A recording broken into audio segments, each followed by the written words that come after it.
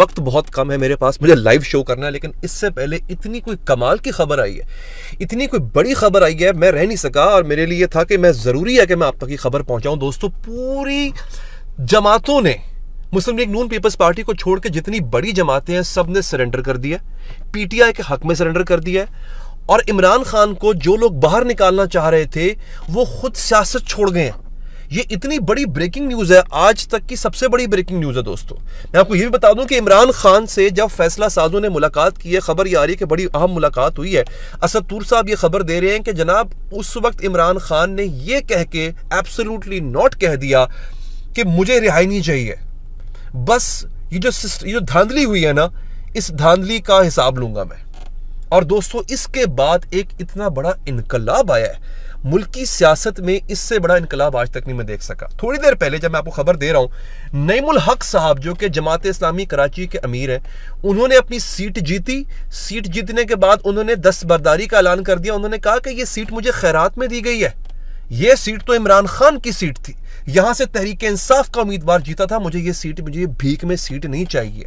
बात यहां खत्म नहीं होती, आपको वीडियो भी सुनाऊंगा, बात इससे आगे बढ़ जाती है। दोस्तों, मुफ्ती किफायतुल्लाह जमीयत उलमा इस्लाम फजलुर रहमान के, उन्होंने भी ये ऐलान कर दिया है कि मुझे ये सीट नहीं चाहिए जो मुझे आप लोग दे रहे हैं। और सबसे बड़ी बात जो मैं खबर आपको दे रहा हूं दोस्तों, ये एक वीडियो है, मैं वीडियो आपको दिखा देता हूं। अल्लामा साद रिजवी मौजूद हैं और उन्होंने ऐलान कर दिया है, ये मेरे सामने अली रहमानी साहब का ट्वीट है, कि पीटीआई के वफ्द की सरबराह तहरीक लब्बैक पाकिस्तान अल्लामा साद हुसैन रिजवी से उनकी रिहाइशगाह पर मुलाकात।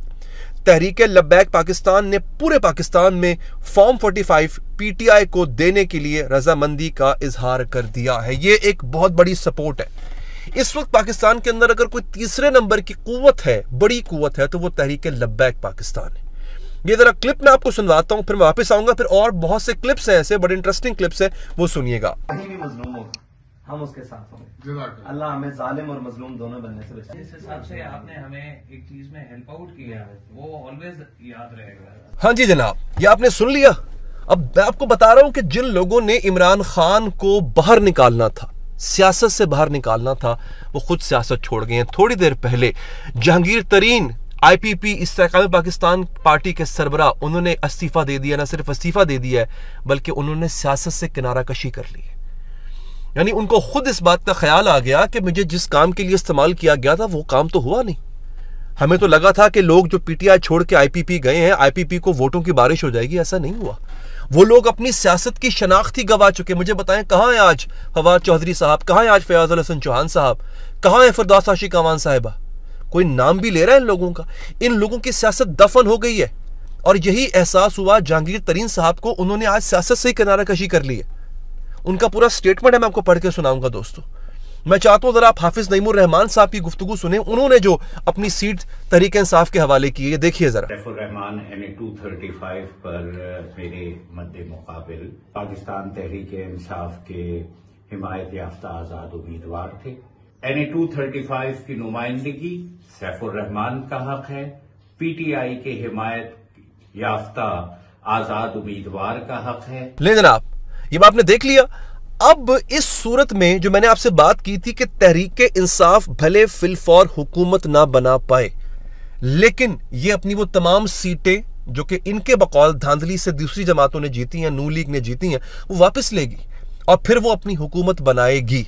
आज की जो दूसरी अहम खबर है वो ये है कि तहरीक मुस्लिम लीग नून और पीपल्स पार्टी के दरमियान एक फार्मूला तय पा गया है। वो है हुकूमत साजी का फार्मूला, कि हुकूमत हमने बनानी किस तरह से है, कैसे बनानी है। 3 साल जो है वो नून लीग का वजीर आजम होगा और 2 साल जो है बिलावल भुट्टो वजीर आजम होंगे। 5 साल इस तरह पूरे किए जाएंगे। इन्होंने बेसिकली क्या कहें, हुकूमत को और वजीर आजम के ओहदे को अपने घर का मुलाजिम समझ रखा है कि जब दिल चाहा जो है इतने, तुम ऐसे वो नहीं होता खानदान में जायदाद बट रही होती है, यार एक काम करो 3 साल के लिए तुम वजीर आजम कर लो, वजीर आजम बन जाओ, फिर 2 साल के लिए मैं, है नहीं, वजीर आजम खेलते हैं। ये वक़्त है अवाम के वोट की इनकी नजर में। आप यहीं से अंदाजा कर लें कि ताकत, पावर कितना बड़ा नशा है। प्रायोरिटी अवाम को सर्व करना पता नहीं है कि नहीं है, लेकिन यह जरूर नजर आ रहा है कि तरजीह जो है वो ये है कि ताकत पे कंट्रोल हासिल किया जाए, ये जानते हुए भी कि ये इंतखाबात शको शुबहात की नजर हो चुके हुए हैं, मशकूक हो चुके हुए हैं। दोस्तों, ये एक बड़ी खबर है। इन्होंने जनाब ये किया है, अच्छा, दूसरी बात जो बड़ी अहम बात है दोस्तों वो ये है कि जो बड़ी बड़ी पार्टियां हैं उन्होंने अब पाकिस्तान तहरीक इंसाफ के आगे सरेंडर करना शुरू कर दिया है और ये कहना शुरू कर दिया है कि जो वोट हमें पड़ा है दरअसल वो तहरीक इंसाफ का वोट था, हम इस वोट से, हम इस चीज़ से दस्तबरदारी का ऐलान करते हैं। दूसरा क्या हुआ है दोस्तों, लाहौर हाई कोर्ट ने मुस्लिम लीग नून की चीफ ऑर्गेनाइजर सीनियर नायब सदर मरियम नवाज और इस्तेकाम पाकिस्तान पार्टी के सदर अब्दुल अलीम खान समेत मुतादिद उम्मीदवारों की कामयाबी के खिलाफ दरख्वास्तों पर इलेक्शन कमीशन से जवाब तलब कर लिया है। अब होगी इंक्वायरी। मरियम नवाज जहां से जीती थी वहां से भी होगी इंक्वायरी, अलीम खान जहां से जीते थे वहां से भी होगी इंक्वायरी। और इस बात का कभी इम्कान लगता है, तहरीक इंसाफ वाले ये क्लेम कर रहे हैं कि उनके पास फॉर्म 45 हैं, वो सारी सीटें वापस आ जाएंगी। इससे पहले आपको बता चुका, तहरीक लब्बैक ने कहा है कि हम सारे फॉर्म 45 इनको देने को तैयार है। अब सोचिए, तहरीक लब्बैक ने अगर इनको फॉर्म 45 अपने दे दिए तो तहरीक इंसाफ के पास मजीद सबूत आ जाएगा।